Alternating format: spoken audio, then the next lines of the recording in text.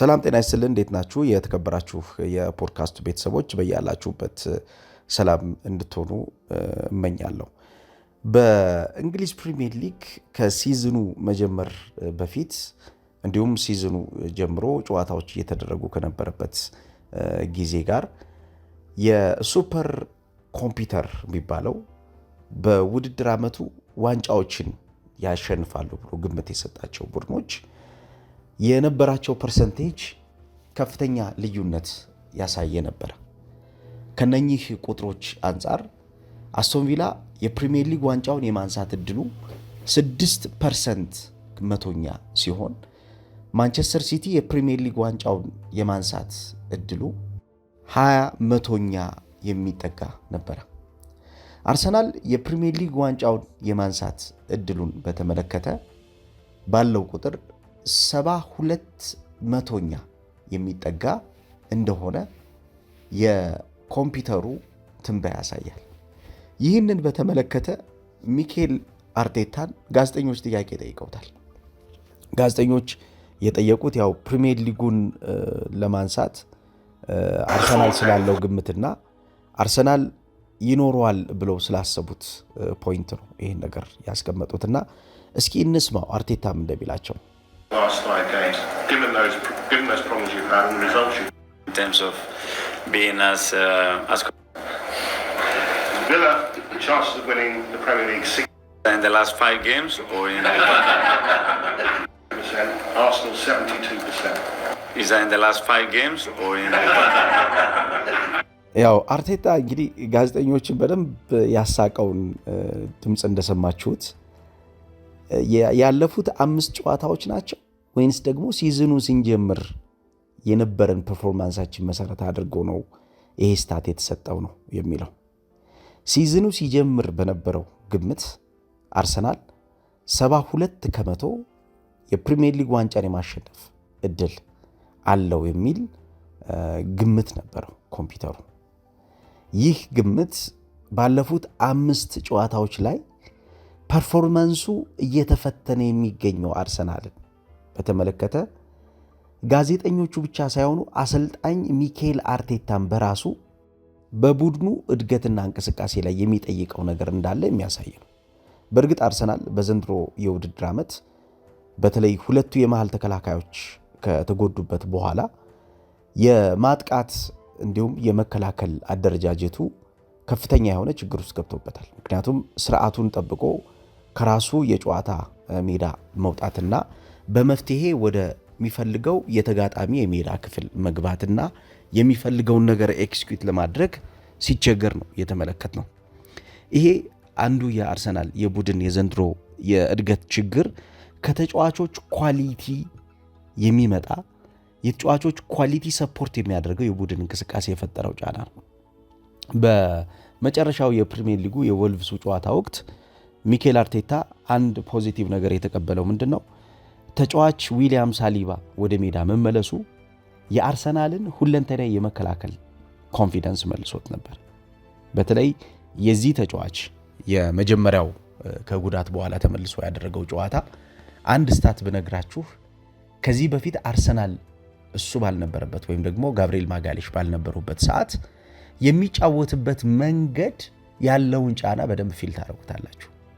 ፔኔትሬሽን ዊዝ ዘ ቦል የአርሰናል የተከላካይ መስመር ተጫዋቾች በዊሊያም ሳሊባና በጋብሪኤል ማጋሌሽ የጨዋታ ፐርፎርማንስ ላይ የሚታየውን ነገር እነሱን ተክተው የገቡ ተጫዋቾች ይህንን ለማከናወን ለማድረግ ተቸግረው ተመልክተናል።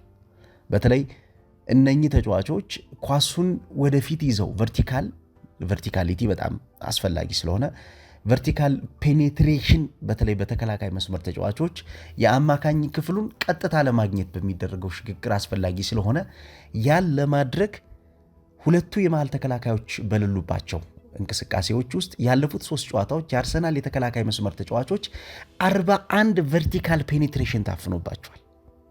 ይሄ በጣም ብዙ ቁጥር ነው። 41 ቨርቲካል ፔኔትሬሽኖች ታፍነውባቸው ተመልሰው መፍትሄ ፍለጋ ወደ ጎን ኳሱን ይዞ በመውጣት የአማካኝ ክፍል ተጫዋቾችን ወይም ደግሞ የመስመር ተጫዋቾችን ኢንቫይት ለማድረግ በፕሬሸር ኢንቫይት ለማድረግ ሞክረዋል። ይሄ በጣም ብዙ ቁጥር ነው። 41 ኳስ ማለት በጣም ብዙ ቁጥር ነው። እነኚህ ሁለቱ ተጫዋቾች የአርሰናል የመከላከል ቅርጽ ብቻ አይደሉም። ሚኬል አርቴታም ያለፉት 5 ጨዋታዎች ወይንስ ሲዝኑ ሲጀምር ወይንስ ሲዝኑ ሲያልቅ ብሎ የጠየቃቸው ጋዜጠኞቹም የሳቁት ያለፉት 5 ጨዋታዎች ላይ አርሰናል የነበረውን እጥረት በሚገባ ስለሚያውቀው ነው። አርሰናል የመጀመሪያውና ሁለተኛው የኳስ ሽግግር የነበረው የሜዳ ላይ አቅርቦቱ የነበረው ሜዳ ላይ ጫና እንደሸሸ ገብቶታል። ምክንያቱም ይሄን ፕሬዠር መስበር የመሃል ተከላካዮቹ አቅቷቸው በሁለተኛውና በሶስተኛው የሜዳ ክፍል ላይ በነበሩት ቤዚክ የሚባሉ የጨዋታ እቅዶች ላይ የሚኖራቸው አስተዋጽኦ የጎላ አስተዋጽኦ አልሆን ብሎ ጫና ውስጥ በተደጋጋሚ ሲገቡ ተመልክተናል። በተለይ የተከላካይ መስመር ተጫዋቾች የኤርሊ ፕሬሲንግን አመልጠው ወደ ሁለተኛውና ወደ ሶስተኛው የሜዳ ክፍል መሄድ የቡድን እንቅስቃሴ እድገት ተደርጎ ስለሚወሰድ በዚህ ሰዓት ምክንያቱም ይሄኛው ዘመን የመጀመሪያውን ጫና ኢስኬፕ አድርጎ የሚመጣው የተከላካይ መስመር ክፍል የአማካኙንና የማጥቃት እንቅስቃሴውን ይበልጥ በሜዳ ላይ ጫና የማሳደር ህልውናውን ስለሚወስነው ይህ የመጀመሪያ ጫና የሚያሳድሩበት መንገድ ትክክል ስላልነበረ ሚኬል አርቴታ በቀጣዮቹ ጨዋታዎች ላይ እንዳንቸገር የሚል ስጋት ውስጥ ገብቶ ነበር። ለዚህም ነው ክሪስቲያን ኖርጋርድን በቻምፒየንስ ሊጉ ጨዋታ የተጠቀመው።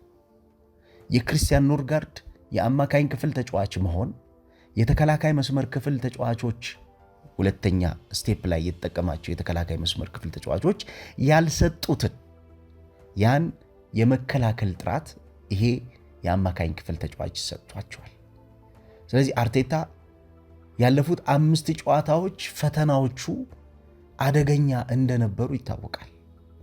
ለምሳሌ አርሰናል ከቀነሳቸው ባለፉት 5 ጨዋታዎች ከቀነሳቸው ነጥቦች መካከል በተጋጣሚ ሜዳ ላይ የሚያደርጋቸው ቆይታዎች ቀንሰዋል። ለምሳሌ በአስቶን ቪላው ጨዋታ በቻምፒየንስ ሊግ ከክለብ ብሩጅ ጋር ካደረጉት ጨዋታ ጋር ስናነጻጽረው 11.7% በአስቶን ቪላ ሜዳ ላይ ለመቆየት አርሰናል ውስንነቶች አጋጥመውት ነበር። የሚቆዩበት መንገድ የተቆራረጠና ንክኪዎቹ ተጋጣሚ ጫና ውስጥ የማይከቱ ንክኪዎች ሆነው ነበር የተመለከትነው። ስለዚህ ንክኪዎቹ ተጋጣሚ ጫና ውስጥ የማይከቱ ንክኪዎች ከሆኑና እነዛን ጫናዎች አርሰናሎች ገልብጠው ወደ ተሻለ ፉክክር ማምጣት የማይችሉ ከሆነ በቀጣይ የጨዋታ ቀናቶች እጅግ በጣም መፍትሄ የሚፈልግ ቡድን ሆኖ ይቆያል ማለት ነው። አርሰናል ግን እንደ ትልቅ ፖዚቲቭ የሆነው ነገር የዊሊያም ሳሊባ መምጣት በተለይ ለኤቨርተኑ ጨዋታ በፕሪሚየር ሊጉ በጣም ቤዚክ ነገር ነው። ከሱ ጋር አብሮ የሚጣመረውን ተጫዋች ደግሞ የመለየት ኃላፊነት የሚኬል አርቴታ ውሳኔ ይሆናል ማለት ነው።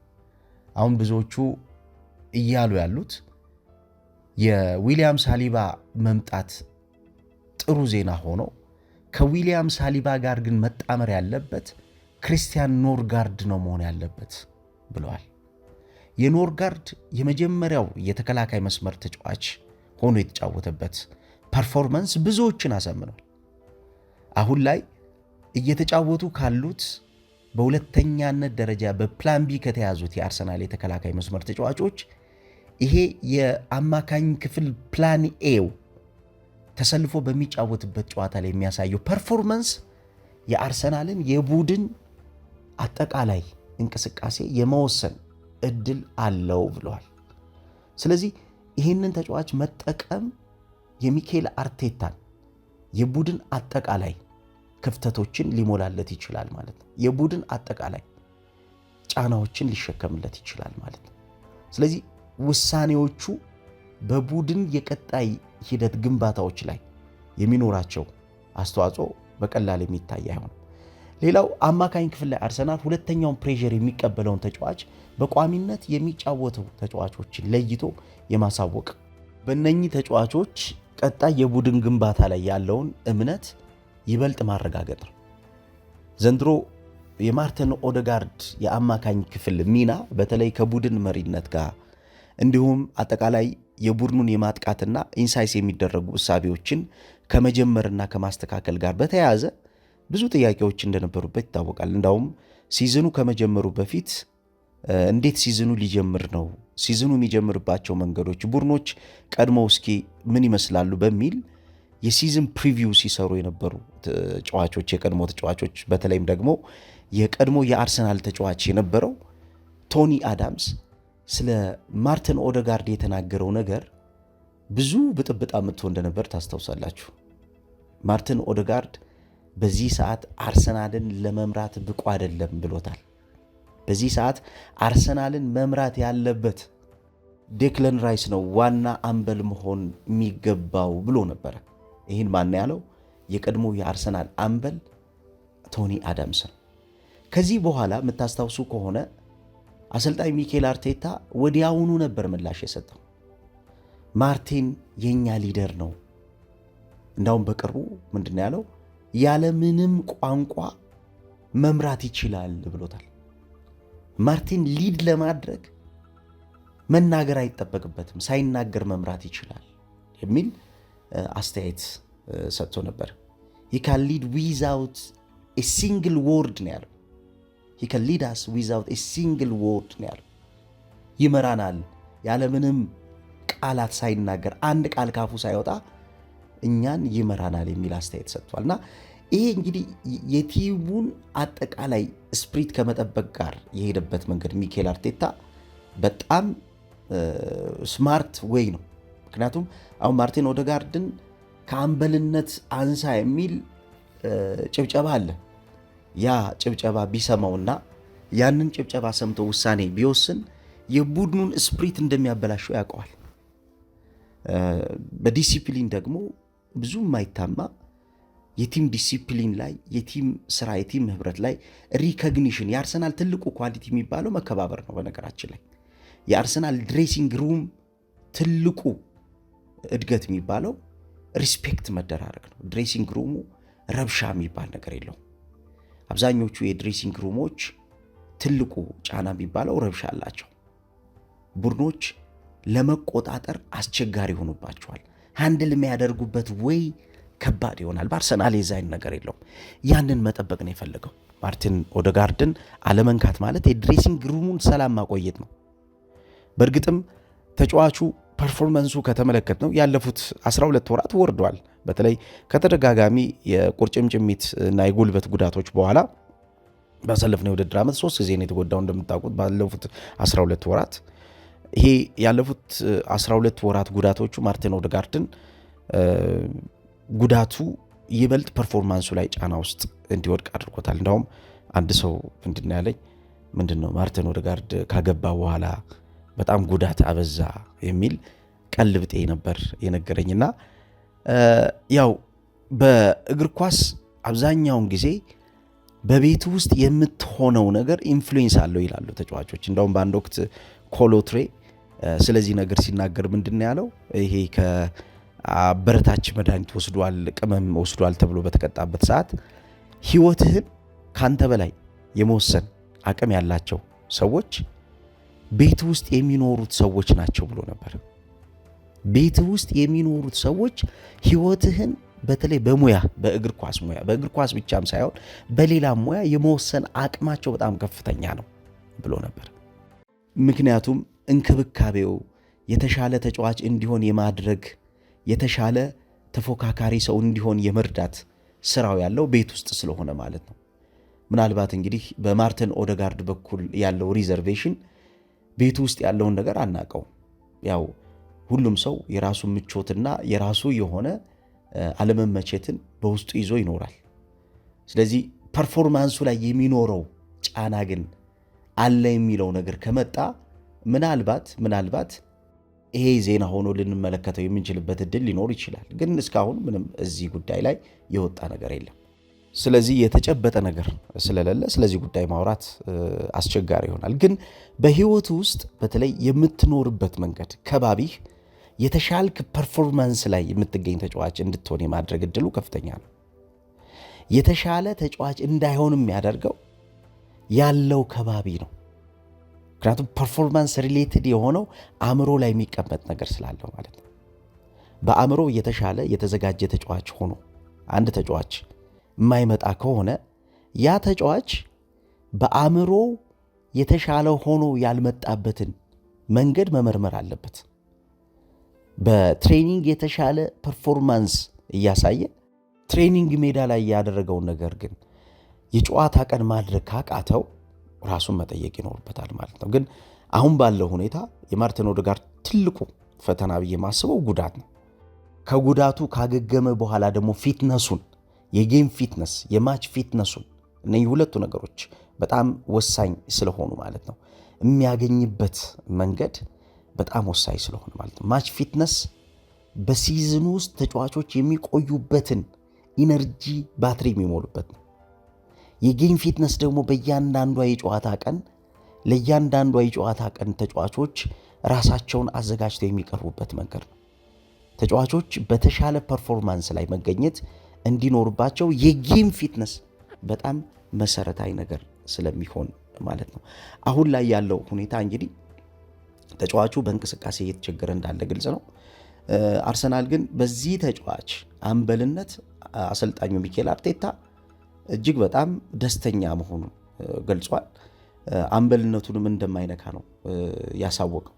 ከሱ ጋር ያለ ቋንቋ ያለ ቃል ነው የሚመራው ካለ እጅግ በጣም ደስተኝነቱን የሚያሳይ ነው። ግን እንደ አርሰናል አሁን ላይ ያለው ትልቁ ፈተና የተጫዋቾችን ጉዳትም ሚኬል አርቴታ በምርጫው ሃንድል የሚያደርግበት መንገድ ትልቅ ትችቶችንም እያስተናገደ እንደነበረ እናስታውሳለን። ምክንያቱም ተጫዋቾችን የሚመርጥባቸው እይታዎቹ አንዳንዴ በሜዳ ውስጥ ለሚያጋጥሙት ጫናዎች መፍትሄ በሚሆን መንገድ አይደለም የሚመርጠው በሚል ትችቶችንም ይሰነዝሩበታል። ስለዚህ ለጨዋታው በጫና ውስጥ እንዴት መጫወት እንዳለበት ተጫዋቾቹን በእርግጥ ከማንም በላይ የሚያውቃቸው ትሬኒንግ ሜዳ ላይ የሚያውቃቸው አሰልጣኛቸው ነው። ትሬኒንግ ሜዳ ላይ በየቀኑ የሚያገኛቸው አሰልጣኛቸው ነው የሚያውቃቸው። ስለዚህ ትሬኒንግ ሜዳ ላይ ያለው ፐርፎርማንስን በተመለከተ ይሄ ተጫዋች በዚህ ልክ የተሻለ ጥራት ያለው ተጫዋች ነው ብሎ ከተናገረ ከአሰልጣኙ በላይ ስለዚህ ተጫዋች ፐርፎርማንስ ሊያቅ የሚችል ሰው አይኖርም።